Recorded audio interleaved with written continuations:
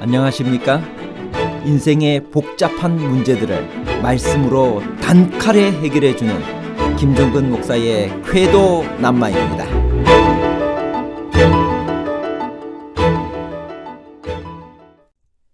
에벤에셀이란 무슨 뜻인가요? 사무엘이 하나님의 영광이 떠나고 법궤가 돌아오지도 못한 상황에서 여호와께서 여기까지 도우셨다며 에벤에셀의 단을 세운 것은 순경의 시대가 올 것에 대한 전망 때문인가요? 아니면 이가봇의 시대에도 하나님은 여전히 이스라엘을 버리지 않았다는 것을 나타내기 위함이었나요? 미래 전망과 현재 상황에 대한 복잡한 문제를 하나님 말씀의 가르침으로 명쾌하게 해결해 드리겠습니다. 사무엘은 하나님의 영광이 떠나고 법궤가 돌아오지도 못한 상황에서 왜 여호와께서 여기까지 도우셨다며 에벤에셀의 단을 세웠을까요? 사무엘상 7장 12절. 사무엘이 돌을 취하여 미스바와 센 사이에 세워 이르되 여호와께서 여기까지 우리를 도우셨다 하고 그 이름을 에벤에셀이라 하니라.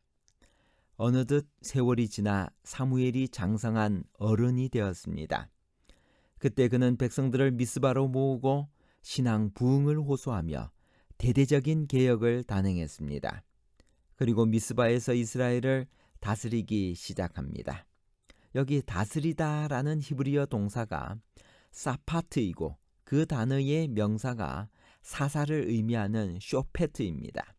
그러므로 여기서부터 사무엘의 사사 봉사가 시작된 것입니다.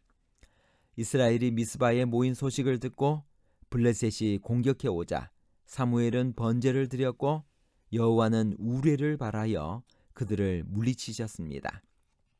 이후 사무엘은 돌을 취하여 미스바와 센 사이에 세우고 여호와께서 여기까지 우리를 도우셨다 하고 그 이름을 에벤에셀이라고 했습니다. 그런데 여기서 의문이 듭니다.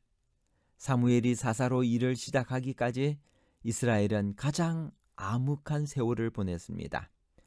블레셋에 빼앗겼던 법궤는 끝내 실로로 돌아오지 못하고 기랏 야림에 있는 아비나답의 집에 머물고 있었습니다. 그렇게 20년 세월이 지나고 있었습니다. 그런 의미에서 아직도 이가봇의 상태가 지속되고 있는 셈이었습니다. 그런데 사무엘은 지금 여호와께서 여기까지 우리를 도우셨다고 했습니다. 그는 무슨 생각에 그런 표현을 했으며 무슨 의미로 그렇게 표현했을까요? 여기까지란 말을 이해하기 위해서는 사무엘의 잉태 기사로 시작하는 사무엘의 처음부터 살펴 내려와야 합니다. 그렇게 보면 사무엘상은 그 책의 시작부터 에벤에셀 제단에 이르기까지 사무엘과 엘리의 아들들의 이야기를 대조하며 전개가 됩니다.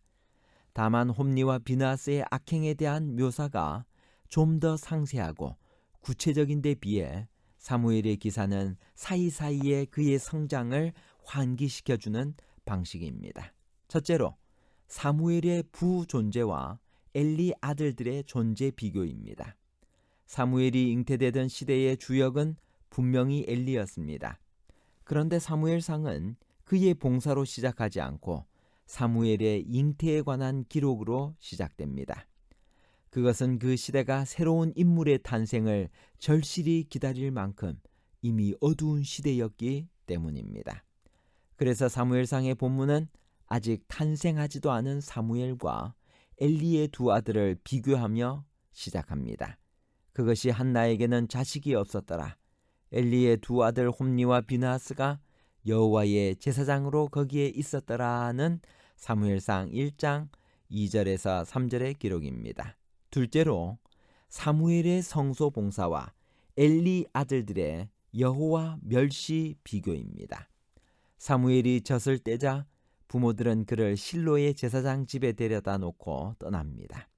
여기서 본문은 다시 사무엘과 엘리의 아들들을 비교합니다.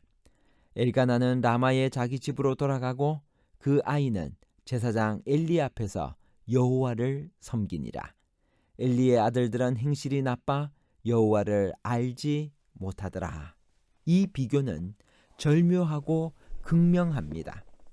사무엘은 여호와를 섬기고 홈니와 비느하스는 여호와를 알지 못하더라입니다.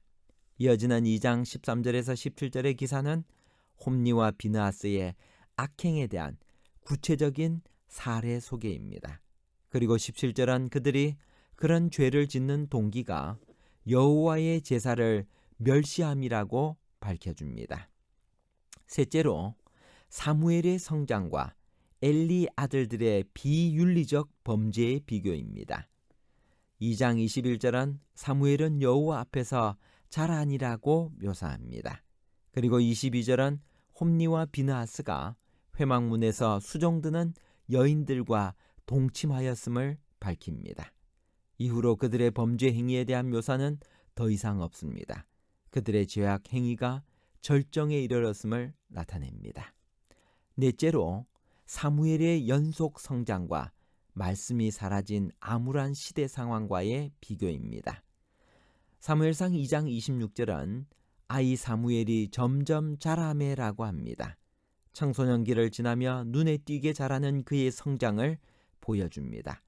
마치 그가 빨리 자라기를 기다리는 독자들의 마음을 헤아려 그의 성장을 재촉하는 것 같습니다. 그에 비해 영적인 시대 상황은 암울합니다. 3장 1절은 아이 사무엘이 엘리 앞에서 여호와를 섬길 때에는 여호와의 말씀이 희귀하여 이상이 흔히 보이지 않았더라고 합니다.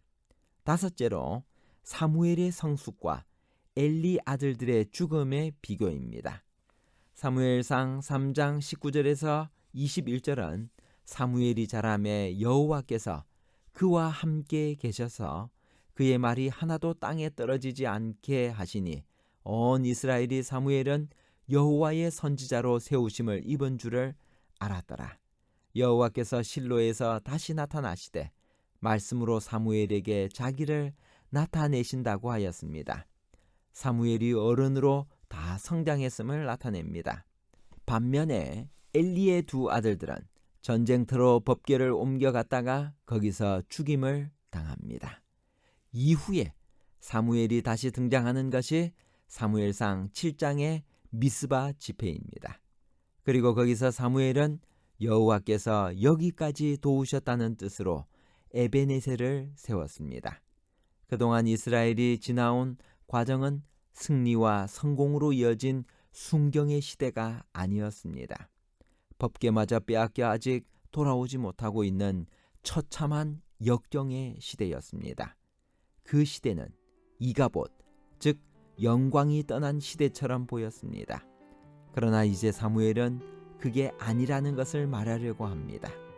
이가봇의 시대에도 하나님은 이스라엘을 버리지 않았다는 것을, 하나님의 영광은 이스라엘을 떠난 것이 아니라는 것을, 여전히 하나님은 그들과 함께 하셨다는 것을, 그 증거가 자기를 통해 역사하신 하나님의 회복이라는 것을, 그것이 바로 사무엘이 이 시점에 에베네셀을 말한 사연과 이유인 것입니다. 여러분과 저의 삶의 에베네셀, 여호와께서 여기까지 나를 인도하셨다라고 간증해 보신 적이 있습니까? 우리 인생의 역경의 시대만이 아니라 순경의 시대만이 아니라 역경과 순경의 모든 시대, 하나님은 우리와 함께 하십니다. 하나님은 우리에 대해서 개별적인 경영을 가지고 계시고 우리를 한순간 한순간 돌보시며 지키시고 우리를 인도하시는 분이십니다. 오늘 우리도 사무엘처럼 하나님께 에베네셀, 여호와께서 여기까지 우리를 도우셨다고 간증할 수 있는 여러분과 제가 되기를 간절히 바랍니다. 결론입니다. 첫 번째, 기랏 여아림으로 옮겨진 하나님의 궤는 아비나답의 집에 들여놓고 그의 아들 엘리야사를 거룩하게 구별하여 여호와의 궤를 지키게 했고 20년 동안 그곳에 있었습니다. 둘째, 에베네셀은 여호와께서 여기까지 우리를 도우셨다라는 뜻입니다. 셋째, 사무엘이 하나님의 영광이 떠나고 법궤가 돌아오지도 못한 상황에서 여호와께서 여기까지 도우셨다며 에베네셀의 단을 세운 것은 순경의 시대가 올 것에 대한 전망 때문이 아니라 이가봇의 시대에도 하나님은 여전히 이스라엘을 버리지 않았다는 것을 나타내기 위함이었습니다. 감사합니다.